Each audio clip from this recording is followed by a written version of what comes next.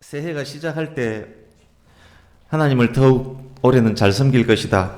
더욱 신실한 예배자가 될 것이다. 더욱 열심히 살 것이다. 그렇게 아마 다짐하면서 2019년 새해를 맞았을 것입니다. 그런데 어느덧 단풍이 들더니만 낙엽이 지고 있습니다. 짙은 가을이 되어버렸습니다. 11월이 되어버렸습니다. 낙엽과 함께 달력 2장이 더 떨어지면 이제 2020년이 됩니다. 세월 참 빠르지 않습니까? 이제 내년 되면 5학년이 6학년 되고 4학년이 5학년 되고 아마 그런 분들이 있을 것입니다. 지난 10달을 한번 되돌아보십시오. 어떻습니까? 새해에 다짐했던 그 일들 잘 수행하셨습니까? 결실의 계절, 감사의 계절 11월이 드디어 되었습니다. 그렇지만 감사하게도 그래도 올해가 아직 2달이나 남아 있습니다. 남은 2개월 동안 새해에 다짐했었던 다짐들을 되돌아보시고 또 하나님 앞에, 가정과 교회 앞에, 가족, 친지, 이웃들 앞에 부끄러움 없었는지를 확인해 보시고 그리고 남은 2개월 동안에 더 좋은 열매 맺으시고 마무리 잘 하시고 그리고 2020년 멋지게 계획하는 남은 시간들 되기를 바랍니다. 아멘. 지난주에 이어서 오늘 본문도 요한계시록입니다. 요한계시록은 많은 상징들로 이루어졌기 때문에 해석에 어려움이 많은 성경입니다. 정통교회, 정통신학자들을 통한 해석일지라도 요한계시록에는 다양한 해석들이 있을 수 있습니다. 만약 어느 누군가가 요한계시록 해석을 할 때 과도하게 상징적으로 해석하거나 과도하게 현실적으로 해석하거나 과도하게 깊이 들어가게 되면 이단 사이비가 될 가능성이 많습니다. 많은 이단들이 요한계시록 해석과 관련해서 나오는 이유입니다.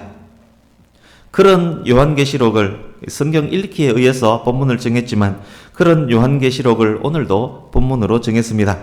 그것도 7장 전체 분량을 본문으로 정했습니다. 7장 전체가 본문이기 때문에 이번 주 말씀 준비에는 특히 많은 시간이 소요되었습니다. 읽어야 할 책들 그리고 본문에 해당하는 주석 분량도 굉장히 많습니다. 주일 예배 시간에 그래서 계시록 7장 전체 분량을 이 시간에 제대로 전하기는 사실상 불가능합니다. 그렇지만 오늘 저는 그 어려운 것을 하려고 합니다. 어렵지만 가능은 합니다.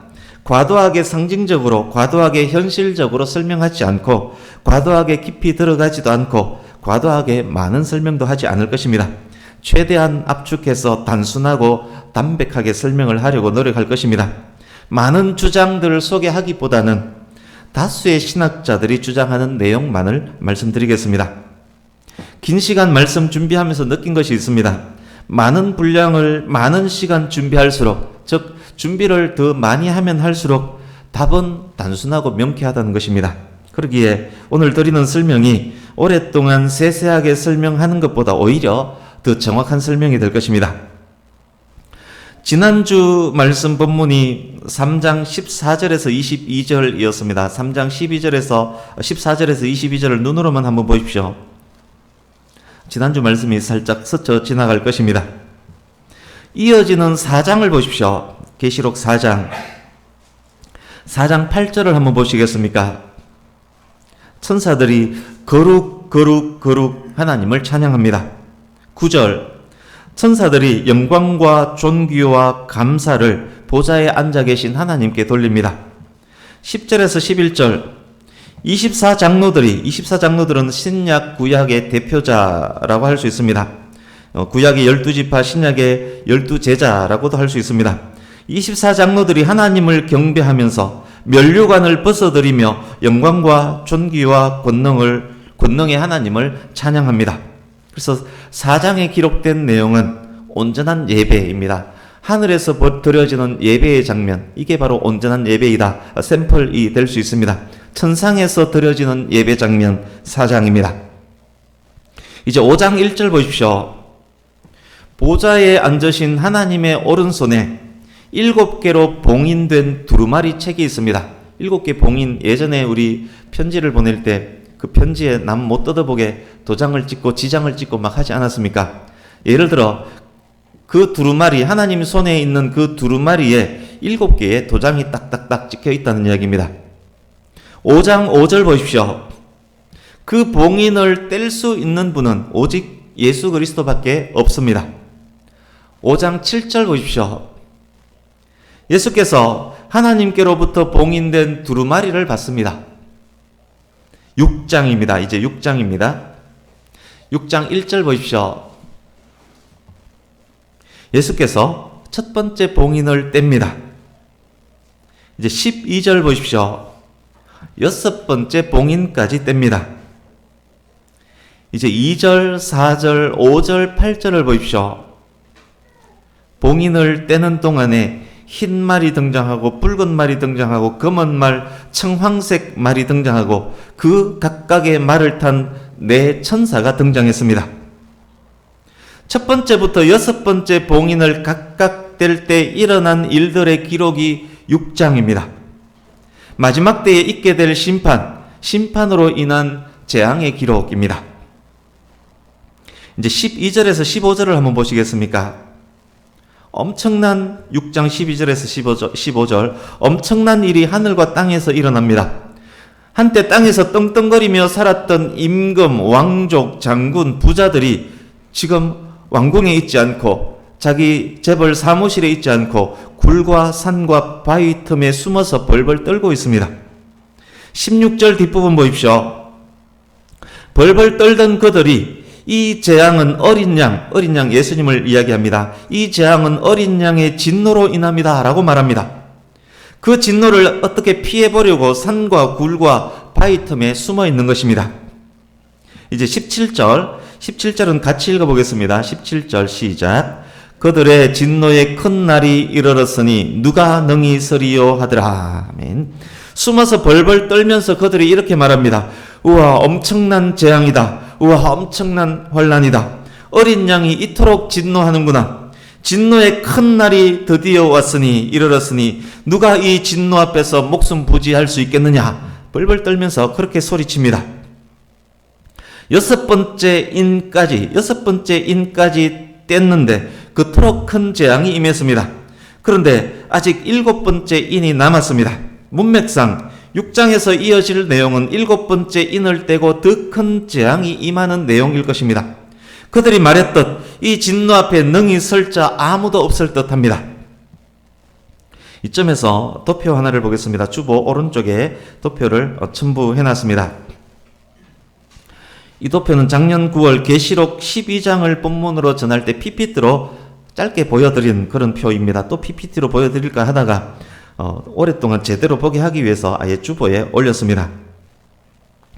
오늘 말씀, 12장 말씀에도 필요했지만 오늘 말씀에도 이 표가 필요합니다. 앞으로 아마 또 필요할 때가 있을 것입니다. 이 표는 계시록 6장에서 16장까지 설명된 일곱 인 재앙을 정리한 것입니다. 일곱 인의 재앙은 이 표와 같이 전개가 됩니다. 일곱 번째 인 떼면 그것이 일곱 나팔의 재앙으로 연결됩니다. 일곱 나팔 재앙에서 일곱 번째 나팔을 불면 그것이 또 일곱 대접의 재앙으로 연결됩니다. 이게 무슨 말씀입니까? 계시록 6장 12절에서 17절 여섯 번째 인을 뗄 때 아이고 죽겠다 감히 누가 이 재앙 앞에 서리요 사람들이 말했는데 그토록 그들에게 그것이 힘든 일이었지만 이것은 시작에 불과하다는 말입니다. 표를 자세히 한번 보시겠습니까? 일곱 번째 줄, 그 여섯 번째 인을 떼는 장면이 오른쪽에 보면 6장 12절에서 17절입니다. 이제 일곱 번째 인을 떼고 일곱 나팔 재앙의 첫 나팔 소리가 울려서 더 큰 재앙으로 연결되어야 할 것입니다. 6장을 읽을 때 더 큰 재앙을 예측하면서 떨리는 마음으로 7장을 폈을 것입니다. 그런데 7장에서 일곱 번째 인이 떼어지지 않습니다. 일곱 번째 인은 일곱 나팔의 재앙 첫 번째를 보시면 8장에 갔어야 떼집니다.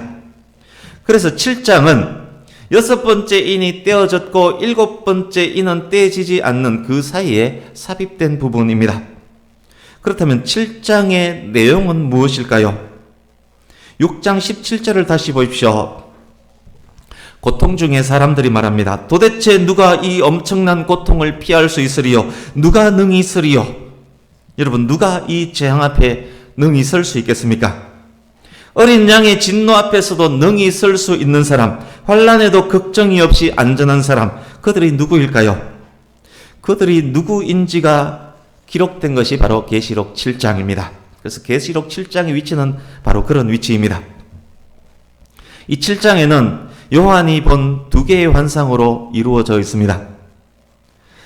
요한계시록이나 요한복음이나 요한 1, 2, 3서 설교를 할 때마다 제가 한 번씩 생각하는 것이, 우리 변요한 전도사는 이 말씀 전할 때 어떤 생각이 들까? 자꾸 자기 이름을 부르니까 깜짝깜짝 놀라지 않을까? 그런 생각을 합니다. 어쨌든 오늘도 요한 이야기가 자주 나옵니다. 7장에는 요한 전도사가 아닌 요한 사도가 본 두 개의 환상으로 이루어져 있습니다. 그 첫 번째 환상이 1절에서 8절, 대환란이 오기 전 성도들에게 있었던 어떤 이야기입니다. 두 번째 환상은 9절에서 17절, 심판과 환란 이후에 일어날 어떤 이야기입니다. 이제 첫 번째 단락부터 보겠습니다. 1절입니다. 계시록 7장 1절. 내 천사가 땅에 내 모퉁이에 서 있습니다. 내 천사들은 하나님으로부터 바람을 다스리는 권세를 부여받은 자들입니다. 여기서 바람이 상징하는 것이 여러 개가 있겠지만, 여기서 바람이 상징하는 것은 파괴, 전쟁, 재앙을 상징합니다. 내 천사는 아마 6장에 등장했었던 네 가지 색깔의 말을 탔던 자일 가능성이 많습니다. 내 천사가 동서남북 온 땅에 불어서 땅과 바다, 나무를 망라하며 파괴와 재앙을 일으킬 그 바람을 붙잡고 있습니다. 명령에 의해서 그 바람을 놓으려고 지금 스탠바이 하고 있는 상태입니다. 2절입니다.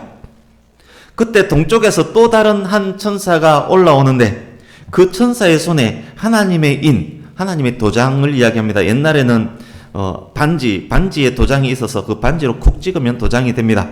그 천사의 손에 하나님의 도장을 들고 있습니다. 2절에 등장한 천사가 1절에 등장했던 네 천사에게 큰 소리로 이렇게 말합니다. 3절 이렇게 말합니다. 잡고 있는 바람 아직 놓지 말아라.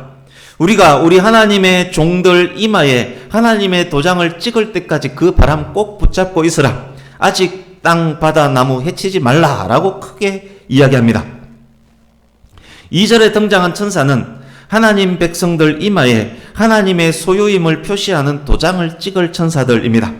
앞으로 어떤 재앙이 올지라도 하나님의 백성들과 심판받을 자들이 함께 섞여서 살고 있을지라도 하나님의 백성들은 미리 도장으로 표시해서 영혼을 보호하기 위한 그런 조치입니다. 에스겔 9장 몇 주 전 말씀에도 비슷한 말씀이 있었습니다. 또 마태복음 13장에 알곡과 가라지 비유가 있는데, 그 알곡과 가라지 비유와도 이 말씀을 연결할 수 있습니다. 그렇다면 하나님의 도장에 무엇이 새겨져 있을까요? 하나님의 도장을 콕 찍으면 무슨 글자가 새겨져 나올까요? 본문에 정확히 기록되어 있지 않아서 알 수는 없지만 추측은 할 수 있습니다. 계시록 14장 1절을 잠깐 보겠습니다. 14장 1절 뒷부분을 한번 보십시오. 하나님의 백성들 이마에 어린 양의 이름과 그 아버지의 이름이 쓰여져 있습니다. 하나님께서 너는 내 것이다, 그렇게 도장을 콱 찍는 것입니다. 어린 양 예수의 보혈로 말미암아 하나님의 백성이 된 사람들이다 라는 표시입니다. 이것은 첫 유월절 문임방과 좌우 설주에 양의 피를 바르는 것과 같은 역할을 합니다. 이마에 하나님의 인을 맞은 자들에게는 재앙의 바람이 유월 패스오버 하게 될 것입니다. 하나님께서 하나님의 백성들에게 도장을 찍는 이 일은 언제 일어나는 일일까요? 1절 앞부분을, 본문으로 가서 1절 앞부분을 다시 보시겠습니까? 이 일 후에 라고 기록이 되어 있습니다. 이것은 6장에서 이어지는 시간을 말하는 것이 아닙니다. 6장 12절에서 17절, 여섯째인 재앙을 경험한 자들이 누가 능히 서리요 누가 피하리요 소리쳤기 때문에 7장은 그 앞에 능히 설 자들에 대한 것이기 때문에 그들은 여섯째인 재앙을 경험하지 않을 것이기 때문에 7장의 일은 최소한 6장 12절 이전에 있었던 일입니다. 어쩌면 창세전에 그리스도 안에서 성도를 택하실 때 도장을 이미 찍었을 수 있습니다. 어쩌면 예수 그리스도를 믿는 순간에 일어난 일이었을 수 있습니다. 이 점에서 우리가 확실하게 알게 된 것 하나 있습니다.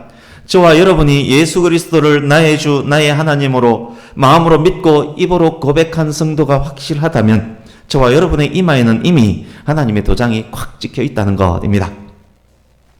저와 여러분은 이미 어떤 어려움, 환난 앞에서도 능히 설 수 있는 자들, 어떤 재앙, 어떤 역경이 있을지라도, 하늘이 무너지는 일이 있을지라도 보호받는다는 확실한 사실을 본문을 통해서 우리는 확인할 수 있습니다. 그렇다면 하나님의 인을 받는 하나님의 백성들의 수는 얼마나 많을까요? 7장 5절에서 8절 보십시오. 각 지파에서 12,000명, 총 12개 지파, 12,000 곱하기 12, 합 144,4,000명입니다. 여기에 특이한 지파와 관련해서 특이한 내용이 있습니다만 생략하겠습니다. 구약의 12지파는 신약에서 모든 성도들을 의미합니다. 로마서에 보면 그리스도인을 진정한 유대인이라고 말하고, 또 갈라디아서에 보면 교회를 하나님의 이스라엘이라고 말하고, 야고보서에는 흩어진 성도를 일컬어 흩어져 있는 12지파라고 말합니다. 또 베드로전서 2장에는 택하신 족속, 거룩한 나라, 소유된 백성, 그리스도인을 그렇게 말합니다. 그래서 구약의 12지파는 신약에 오면 모든 성도를 의미하게 됩니다. 그래서 144,000 숫자의 의미도 우리는 자연스레 알 수 있습니다. 144,000을 문자 그대로 구원받을 인구 총수가 144,000이다 라고 주장하는 이단과 사이비들이 있습니다. 그 대표격으로 여호와 정인, 신천지 이런 이단 사이비들입니다. 144,000 문자 그대로 해석하면 역사를 살아갔던 모든 사람들 중에 구원받을 사람이 144,000명이라면 도대체 몇 명이 구원받는단 말입니까? 그렇게 문자 그대로 해석하면 바로 이단이 되어버립니다. 144,000은 12 곱하기 12 곱하기 1000, 완전수 곱하기 완전수 곱하기 완전수입니다. 또 이렇게 해석할 수도 있습니다. 구약의 성도들을 대표하는 이스라엘 12지파, 신약의 성도들을 대표하는 12제자, 12 곱하기 12 곱하기 1000, 이렇게 해석할 수도 있습니다. 또 이렇게 해석할 수 있습니다. 완전수 3, 즉 삼위일체를 의미하는 완전수 3 곱하기 동서남북 온 세상을 의미하는 4 곱하기 완전수 12 곱하기 1000. 어쨌든 144,000은 완전수 곱하기 완전수 곱하기 완전수로 이루어진 그런 충만한 수입니다. 그렇습니다. 144,000이라는 수는 완전하고 충만함을 의미하는 수입니다. 하나님의 인을 이마에 맞은 충만한 수, 이 땅을 살다 간 하나님의 백성 전체를 의미하는 수가 144,000입니다. 이제 두 번째 장면, 9절에서 17절입니다. 9절 보십시오. 이 일 후에 내가 보니 새로운 환상이 시작되었다는 말입니다. 9절에서 17절은 환란을 통과한 교회, 승리한 교회의 모습, 보좌 앞에 있는 수많은 이긴 자들에 대한 묘사입니다. 이 장면은 성도된 저와 여러분의 미래이기도 합니다. 아무도 능히 셀 수 없는 큰 무리가 온갖 나라, 온갖 족속, 온갖 나라 백성으로부터 온갖 각종 언어를 쓰면서 나옵니다. 능히 셀 수 없는 큰 무리, 이들이 누구이겠습니까? 예수님을 믿음으로 아브라함의 후손이 된 성도들입니다. 하나님께서 그 옛날 아브라함에게 네 후손이 하늘의 별처럼 바닷가의 모래처럼 많게 하리라 라고 약속하셨습니다. 능히 셀 수 없는 큰 무리는 그 약속이 성취되었음을 알려주는 말씀입니다. 아브라함의 혈통적 후손은 이스라엘에게 제한되지만 아브라함의 믿음을 이어받는 믿음의 후손들은 전 세계 모든 민족을 망라합니다. 그래서 각 나라, 족속, 백성, 방언에서 큰 무리가 나오고 있는 것입니다. 이 큰 무리는 첫 번째 환상 속 144,000명과 동일한 사람들입니다. 그래서 144,000명 이퀄 셀 수 없는 큰 무리입니다. 여기서 모순이 있지 않습니까? 분명 144,000이라고 했는데 셀 수 없는 큰 무리, 이 두 개가 동일하다라고 합니다. 이것을 통해서 알 수 있는 귀한 것이 있습니다. 우리는 도저히 셀 수 없는 엄청난 큰 성도의 무리이지만 하나님께서는 그 수를 아신다는 것입니다. 하나님께서 아시는 그 수가 바로 충만함의 수 144,000으로 표현되어 있는 것입니다. 14만 4천이라는 수로 표현된 셀 수 없는 큰 무리가 지금 흰 옷을 입고 손에 종려나무 가지를 들고 하나님 보좌 앞에 서 있습니다. 이들이 보좌 앞에 서서 무엇을 합니까? 10절 보십시오. 큰 소리로 구원하신 하나님을 이렇게 찬양합니다. 구원은 보좌에 앉아 계신 우리 하나님께 있다. 구원은 십자가에서 승리하신 어린 양 예수님께 있다. 찬송가 가사가 그렇습니다. 구원은 보좌에 앉아 계신 우리 하나님께, 구원은 십자가에서 승리하신 어린 양 예수님께 있습니다. 그렇게 찬송을 하고 있습니다. 그렇습니다. 우리의 구원은 오직 보좌에 계신 하나님과 어린 양 예수님의 사랑과 은혜로 인함입니다. 그러기에 큰 무리의 찬양은 또한 저와 여러분의 찬양인 것입니다. 이제 11, 12절입니다. 수많은 천사들이 성도들의 그 찬양에 아멘으로 호응하면서 하나님 보좌 앞에 엎드려 경배하며 7가지 제목으로 하나님을 찬양합니다. 천사들의 찬양, 그 천사들의 찬양 가사를 제가 불러드리겠습니다. 이렇게 찬양합니다. 우리 하나님께 찬송이 영원토록 있습니다. 우리 하나님께 영광이 영원토록 있습니다. 우리 하나님께 지혜가 영원토록 있습니다. 우리 하나님께 감사가 영원히 있습니다. 우리 하나님께 존귀가 영원토록 있습니다. 우리 하나님께 권능이 영원토록 있습니다. 우리 하나님께 힘이 영원토록 있습니다. 그렇게 찬양하고 또 아멘으로 화답합니다. 하나님이 어떤 분인지를 알고 그 하나님께 마땅한 영광을 올려드리는 것, 그것이 찬양입니다. 지금 천사가 그렇게 찬양을 하고 있습니다. 천사들의 찬양, 이것은 또한 저와 여러분의 찬양이어야 할 것입니다.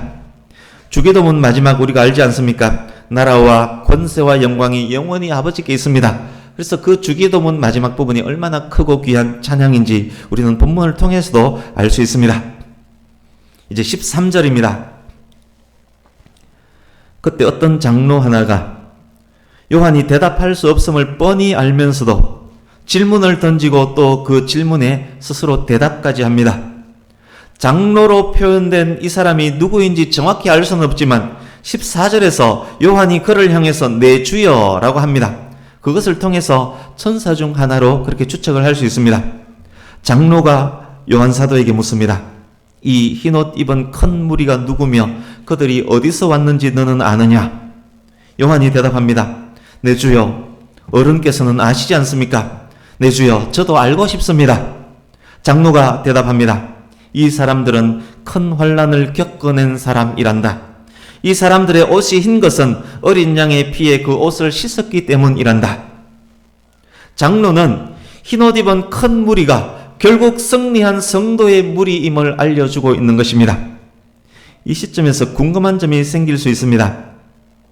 흰옷 입은 사람들이 큰 환난을 통과한 자들이라고 장로가 말하는데, 그렇다면 역사 속을 살다가 환난 이전에 죽었던 수많은 성도들은 흰옷 입은 자들이 아니란 말인가요? 그러니까 평소처럼 큰 환난을 겪지 않고 그냥 일반적인 환난을 겪으면서 살았던 역사 속 많은 성도들은 큰 환난을 겪지 않았기 때문에 그들은 흰옷 입은 성도가 아니란 말인가요? 저와 여러분이 지금 죽는다면 우리는 큰 환난을 통과하지 않고 죽는 것 아닙니까? 그렇다면 저와 여러분은 여기에 기록된 큰 환난에서 나오는 흰옷 입은 자들이 아니란 말이 되지 않습니까? 짧게 설명드리겠습니다. 요한 사도가 지금 바라보는 것은 큰 환난 이후 승리한 성도의 모습입니다. 큰 환난 이전에 살았던 수많은 그리스도인들이 정상적으로 받았던 시련까지 보고 있지는 않습니다. 환난 이전 시대를 보는 것만이 요한에게 허락되어 있습니다. 모든 세대 그리스도인들의 모습을 요한이 다 보았다면 요한계시록은 수천 권의 책으로도 부족했을 것입니다. 요한이 본 것은 마지막 시대 그리스도인들 그 모습만 보았습니다. 요한이 보고 설명을 들은 것은 마지막 시대 성도, 대환란에서 이기고 나온 성도들의 모습입니다. 현재 요한이 본 것은 최후 기독교 세대들이지만 본문 속 대환란을 통과해서 부위 표시하면서 나오는 흰옷 입은 자들은 그렇지만 모든 시대 모든 성도들까지 포함된 그 성도들이라는 말씀입니다. 요한이 본 것은 최후 세대들까지만 봤지만 이 안에는 모든 그리스도인까지 망라되어 있다는 그런 말씀입니다. 이제 15절입니다. 그러므로로 번역된 원어는 이것 때문에를 의미하는 단어입니다. 14절에 나타났던 그리스도의 속죄 사역 때문에 성도는 15, 16절에 설명된 복을 누리게 됩니다. 어떤 복입니까? 하나님 보좌 앞에 능히 설 수 있는 복, 천국 성전에서 밤낮 하나님을 섬기게 되는 복, 하나님께서 성도들 위에 장막을 쳐주시는 복, 다시는 배고프거나 목마를 일이 없는 복, 해나 그 어떤 열로부터 뜨거움이나 괴로움을 당하지 않을 그런 복입니다. 이제 17절입니다. 이토록 큰 복을 누리는 이유는 하나님의 보좌 가운데 계신 어린 양 예수께서 성도들의 목자가 되셔서 생명수 샘으로 인도하실 것이기 때문입니다. 예수께서 성도 눈에 모든 눈물을 씻어 주실 것이기 때문입니다. 그것 또한 크고 큰 성도들의 복입니다. 15절에서 17절에 기록된 이 말씀은 장차 저와 여러분이 천국에서 누리게 될 영원하며 절대적인 희락과 평강의 복, 그 복을 지금 약속하고 있습니다. 긴 내용이지만 최대한 짧게 요약해서 계시록 7장을 설명을 드렸습니다. 이제 말씀을 마무리해 가겠습니다. 계시록 7장 전체를 통해서 이제 지금까지 나눴기 때문에 이제 아시게 될 겁니다. 계시록 7장 전체를 통해서 우리에게 하나님께서 말씀하고 계시는 것이 무엇인지를 세 가지로 짧게 정리를 하겠습니다. 첫 번째, 종말의 때 견디기 힘든 핍박과 재앙이 온다는 것을 우리에게 경고하고 있습니다. 마지막 때가 언제 닥칠지 모릅니다만 모든 성도들에게 견디기 힘든 핍박과 재앙의 때가 오고 있음을 알려주고 있습니다. 그러기에 성도된 우리들은 늘 깨어 기도하며 하나님의 전신갑주를 입어야만 할 것입니다. 그것이 본문을 통해서 말씀하고 있는 첫 번째입니다. 두 번째, 본문 안에는 저와 여러분에게 주시는 큰 위로가 있습니다. 어떤 환난, 어떤 역경이 있을지라도 성도에게는 하나님의 인치심이 있었기 때문에 파멸과 사망으로부터 구원받을 것이라는 위로입니다. 성도들의 영혼은 그래서 절대적으로 안전합니다. 오늘 말씀이 환난과 더 큰 환난 사이에 삽입된 이유는 더 큰 환난에 대한 기사를 읽더라도 두려워하지 않게 하기 위함입니다. 우리가 7장을 읽었다면 그 이후에 어떤 무서운 이야기가 계시록에 기록되어 있을지라도 이것이 우리에게 닥칠 미래일지라도 7장을 읽고 우리는 두려워하지 않을 수 있습니다. 우리는 담대함을 가질 수 있는 것입니다. 그러니까 7장의 이유는 위로하며 힘주시기 위함입니다. 혹 어렵고 힘들고 지치고 피곤한 성도님 있습니까? 지금 현재 상황이 너무도 힘들고 지친 사람 있습니까? 삶의 고난, 삶의 무게 때문에 비틀대며 포기할 마음까지 갖고 계신 성도님 혹 있습니까? 특히 그분들께 하나님께서 이 시간 말씀합니다. 너희들은 내 백성이다. 너희들은 이미 천국에 와 있는 것이나 다름없다. 너희들을 건드릴 자 아무도 없다. 그러니 실망 말고 포기 말고 하나님의 백성의 삶을 더욱 살아라. 7장을 통해서 그렇게 말씀하고 계십니다. 세 번째, 이제 15절에서 17절을 다시 보십시오. 하나님의 인을 받은 성도된 저와 여러분에게 보장되어 있는 미래의 복에 대한 말씀입니다. 우리의 미래에는 이 복이 이미 확정되어 있습니다. 매우 중요한 것이 있습니다. 성도는 확정된 이 복을 이 땅에서도 이미 누리고 있다는 귀한 사실입니다. 성도는 예수님의 십자가 공로로 지금도 하나님의 보좌 앞에 담대히 설 수 있습니다. 우리의 선한 목자 예수께서 지금도 지키고 보호하고 계시기 때문에 하나님께서는 지금도 성도된 우리와 함께 하시며 장막을 쳐주시기 때문에 지금도 구름기둥, 불기둥으로 인도하시기 때문에 지금도 반석에서 샘물을 내어주시기 때문에 비록 환난 가운데 비록 험한 세상 속에 살고 있을지라도 성도는 줄여도 줄이지 않을 것이며 목말라도 목마르지 않을 것입니다. 비록 눈물 골짜기를 지나고 있을지라도 지금도 여전한 마음속 시온의 대로로 말미암아 이겨낼 것입니다. 핍박으로 목숨을 잃는 경우가 혹 있을지라도 그리스도 안에 있는 하나님의 사랑에서 끊어지지 않습니다. 어린 양 예수의 승리로 말미암아 성도는 죽어도 살아도 이기는 자가 될 수밖에 없습니다. 미래에 확정된 일이지만 우리는 이 땅에서도 확정된 그 미래를 경험하고 있는 것입니다. 이제 말씀 두 곳을 결론으로 읽고 마치려고 합니다. 지금까지 나눴던 모든 말씀들을 읽게 될 이 말씀 안에 적용하셔서 이 시간 여러분 각각에게 말씀하시는 하나님의 음성으로 새롭게 뜨겁게 들을 수 있기 바랍니다. 하나님께서는 지금 이 순간도 여러분을 사랑하시며 말씀하고 계십니다. 우리 먼저 고린도후서 4장으로 갑니다. 신약성경 290페이지